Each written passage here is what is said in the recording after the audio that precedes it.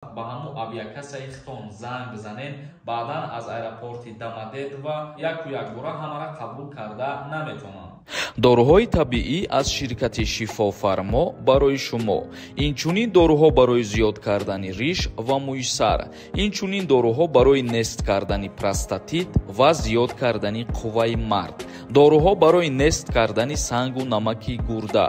ба рақамҳои рӯи экран дар тамос бошед.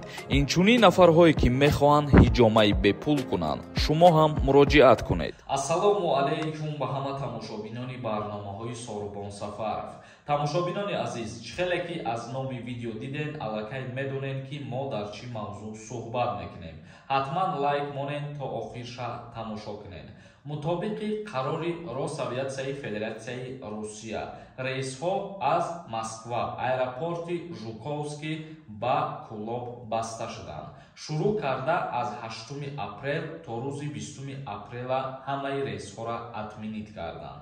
ба ҳамин хотир гуфтанем ки нафарҳое ки билет доштен бо аэропорти Жуковский ба шаҳри Кулоби ҷумҳурии Тоҷикистон, шумо метавонед ки дар ин ҳолат ба ҳамун авиакасаи хитон занг бизанен, аз ҷое ки билетона харидорӣ кардагиен муроҷиат мекунед. мумкин ҳаста ки ана ҳамун рейси шуморо дар числоҳои гуфтагии мо агар ки боша бигиранд, аз дигар аэропорти Федератсияи Русия туғрӣ кунанд. то ҳолате ки шумо муроҷиат накунед, рейси шуморо ба дигар аэропорт намегзаронанд.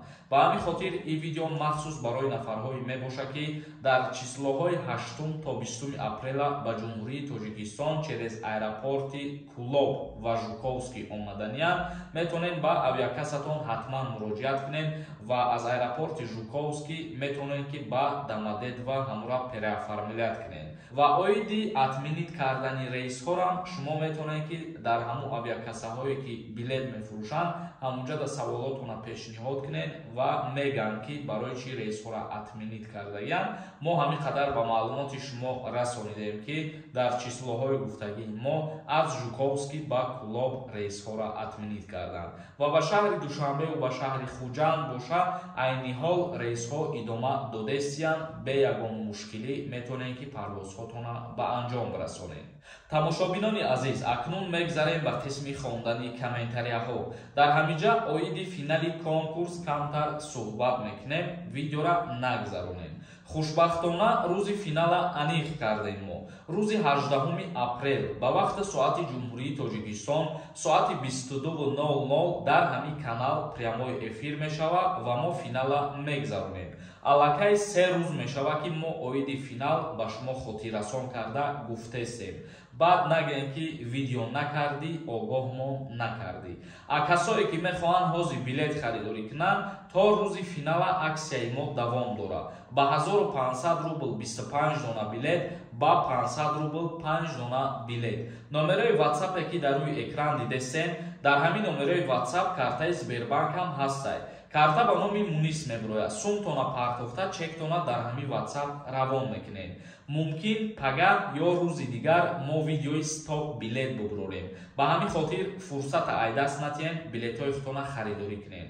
68 дона приз, 5 та путёвка насиби ҳамаи шумо. як кас нависонда: ассалому алайкум акаи Сорубон, созен хубен? ака ма хизмати алтернативӣ карданем, яъне ваини билет гирифтанем. акаҷон аз шумо хоҳиш, ба ман кӯмак мекунед?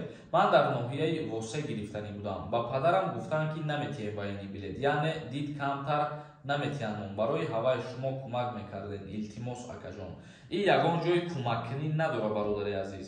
вақте ки ту хизмати пулакӣ карданӣ мешавад, 1 моҳ ё 2 моҳ пеш аз сар шидани призов мераи муроҷиат мекунӣ. агар ки дар рӯйхат ҷойҳои холӣ боша, баъдан тура қабул мекунанд.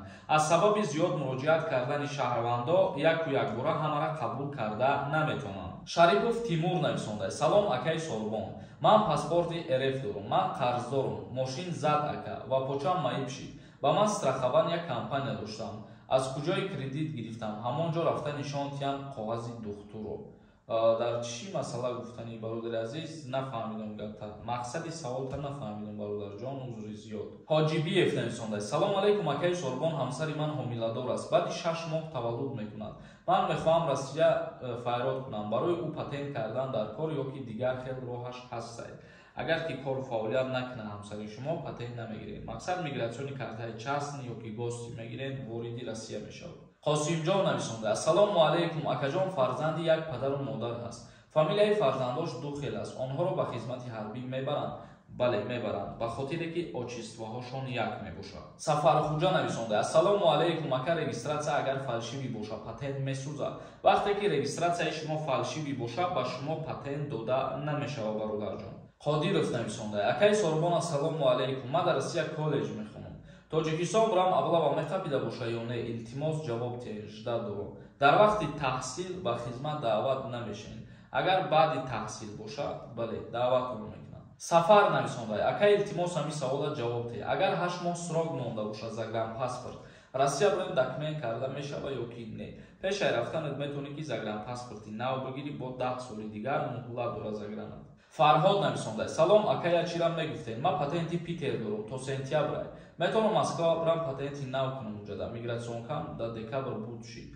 дар ҳолате ки мигратсиони картаи ту буд шидагӣ бошад, мутаассифона наметавонӣ. Раҷабов нависонда: салом акаи Сорбон, ҳамин патента 6 моҳша супорӣ. дигар наспори хона рафтан ва депортатсия мекунанд, илтимос ҷавоб диҳед. бародарҷонои ман дар ҳамин мавзӯъ бисёр ба шумо мегӯям ки то огоҳ нашаванд, ягон мушкилӣ намешавад. Садаев нависонда: ассалому алайкум, як савол дорам. ҳозир ман дар Россияем аппендитсит шидам, хизмат мебаранд? аппендитсит дар муддати 1 ҳафтаву 10 рӯз шифо меёбад бемориш ва ба хизмат даъват мешаванд баъди соз шидан. як каси дигар нависонда: руд сиёҳ қати конкурсид мошенник. худованд ин чиза медонад ки мо чӣ хел мегзаронем ва ман ҳар гунае ки шумо мехоҳед ҳамон хел мегзаронам. ман як чиза ба худам хулоса бировардам ки чӣ тавре набошад конкурса бигзаронӣ, мардуме ки бадбахти аблаҳам гапи гуфтагишонам мегӯянд, бо дашномут мекунанд. ҳаитов нависонда: брат, агар як писар бошӣ, аблава намебарад. нафарое ки як фарзанданд дар оила ба хизмати ҳарбӣ даъват карда намешаванд. холов нависонда: ассалому алайкум, ака падарам гражданин. ман метавонам дар Тоҷикистон дар посольство ҳуҷҷат пешниҳод кунам ва чӣ ҳуҷҷатҳо дар кор? раҳмат ака. айни ҳол наметавонӣ. барои гражданство гирифтан ту метавонӣ ки ба Федератсияи Русия сафар кунӣ ва баъдан дар ҳамҷо ҳуҷҷатҳота биспорӣ. як каси дигар нависонда: салом Сорбон, аблава чанд фоиз шидагӣ? ака ҳамин саволат ҷавоб диҳед. мумкин айни ҳол 30-40 фоиз шидагӣ бошад. даъват кунӣ ба хизмати ҳарбӣ.